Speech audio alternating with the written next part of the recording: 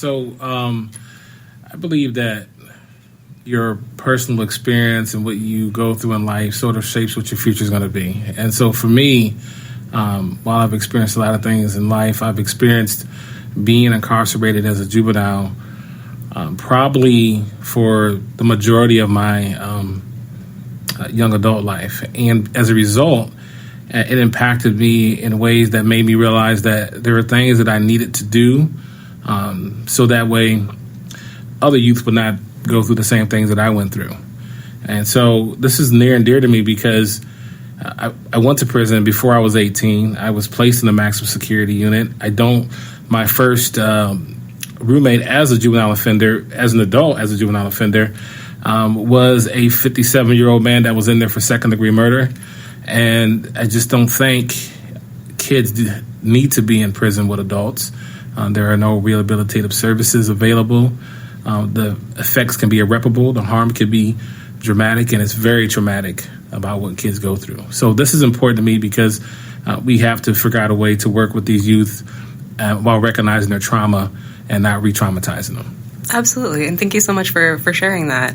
Can you clarify just once again how old you were when you were charged as an adult? Yes, I was 17 years old when I was charged as an adult, and I went to juvenile detention, to the county jail. And while I was in the county jail, I was first charged with about 45 years of prison time and eventually pled down to 11 years. So when we spoke before the interview, you had mentioned your experiences with racial profiling, particularly. Can you elaborate on that experience specifically? Like, how did this racial profiling manifest in your interactions with law enforcement and with staff in the prison? Yeah, absolutely. So just as a youth growing up in Iowa, I think that racial profiling is just part of life, and it's something that you come to grips with that you're not happy with. You can't really put a finger on it as a youngster, but you know that the reason why you're being targeted is because they're focusing on you. Whether it be walking down the street, pulling up beside us to say, "What are you doing?" And usually that creates that antagonistic relationship between law enforcement and juvenile, so that when you do start seeing them when you're 13 years old, you just run, and it becomes a situation of us versus them, and they take on that same persona too. So I think that a lot of times, even the profiling went as far as dealing with it while I'm dealing with law enforcement in school, walking around the neighborhood and dealing with anyone in any position to make a decision about me. I believe that racial profiling takes its place. We hear about it a lot with law enforcement, but we definitely I experience it in more places than one. Currently, racial profiling is just happens all the time.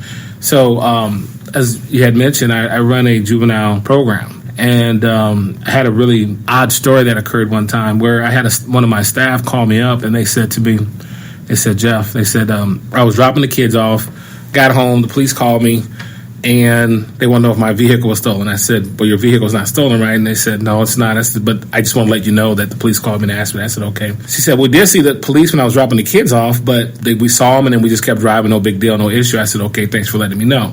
So as I hung the phone up, it just really dawned on me that what had happened was two things. One is either they were really exhibiting some really great customer service as law enforcement, or what they had done is they had ran her plates after they saw black youth in her vehicle, and they had decided this is probably going to be a stolen vehicle. And so not realizing that she was actually part of a program that was working with these youth. And I just got to thinking in my mind, how many other times has this happened? And how does this personify itself on an everyday basis? And so in this case, they were not exhibiting a ultimate level of customer service for law enforcement. What they were doing was they were racial profiling young black youth in a decent looking vehicle. So I got the call, I thought about it, and it was very demeaning, being a black man, and also was just another microaggression about what occurs to me on a daily basis. So yeah, obviously the car wasn't stolen, it was the staff they were with, but how many other times has this happened? Right, and that's the question that's always on our minds is how many times has this happened and will it happen? Mm-hmm. Did you experience any similar or different racial profiling when you were in prison with staff and administrators? Yeah, absolutely. Well, first of all, let me just put this in perspective for you, okay? Sure. What we got going on is we have prisons, no matter where they're at, 9 times out of 10, they're located in rural white areas.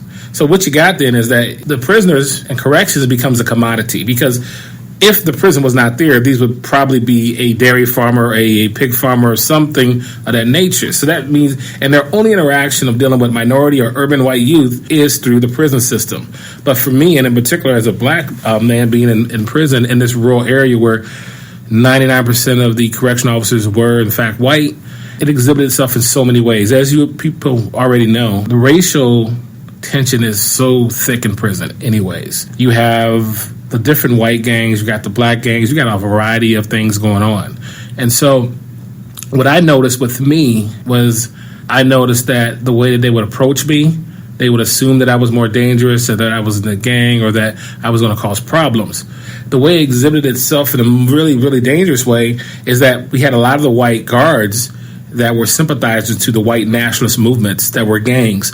So case in point is I spent, I would say, 4 years in the hole out of the 6 years that I was in prison. And in that, while the time I was in the hole, I watched multiple black prisoners being stabbed.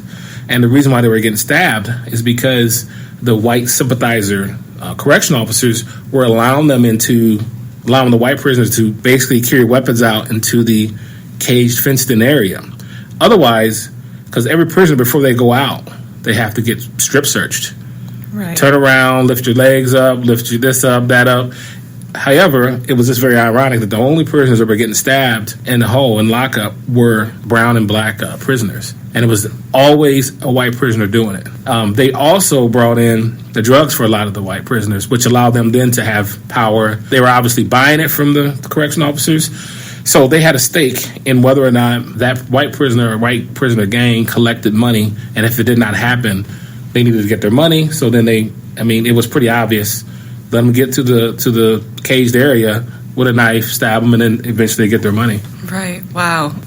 So we know through your research and personal accounts that racial and ethnic disparities are exacerbated when youth are tried as adults. And we know that these disparities are widening across this criminal justice system as time goes on.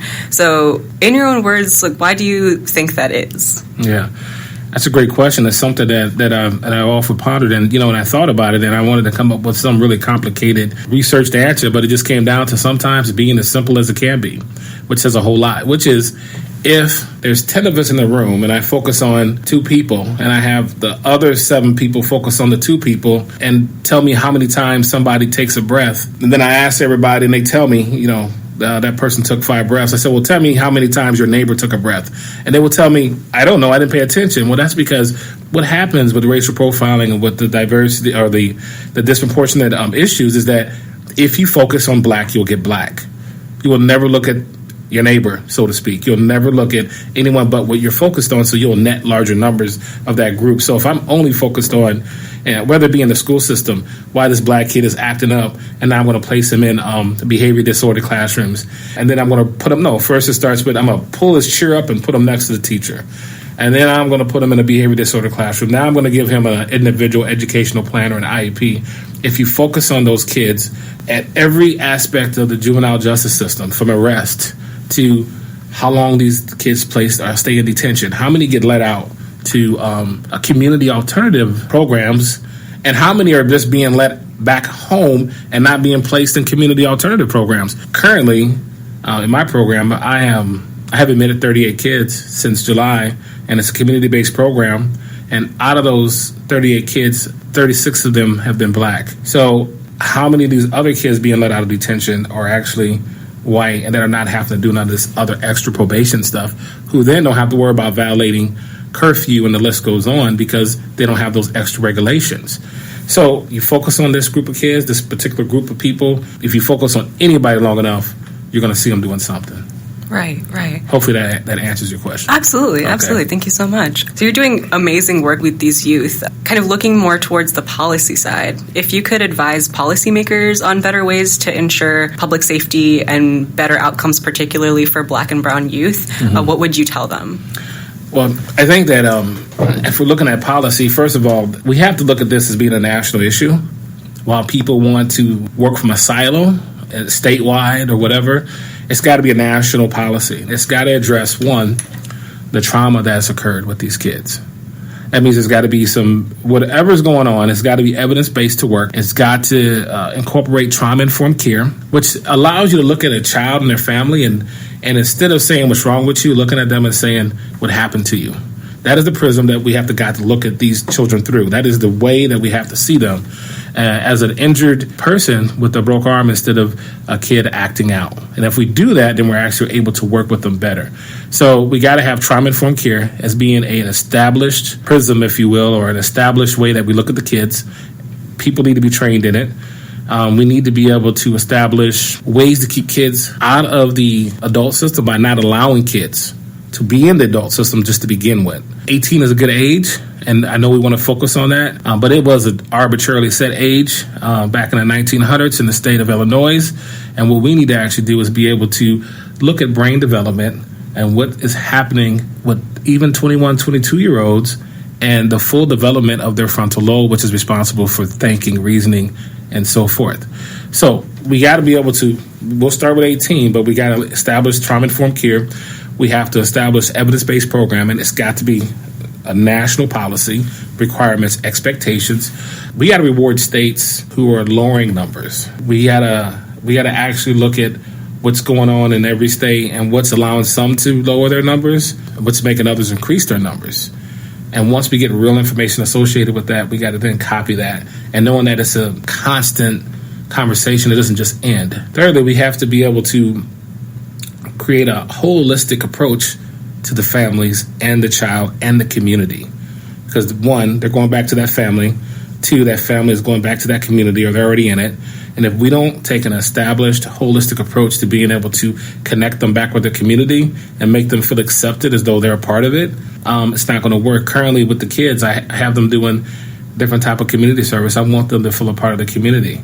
And I want them to feel like this is theirs and that they do have a stake in it.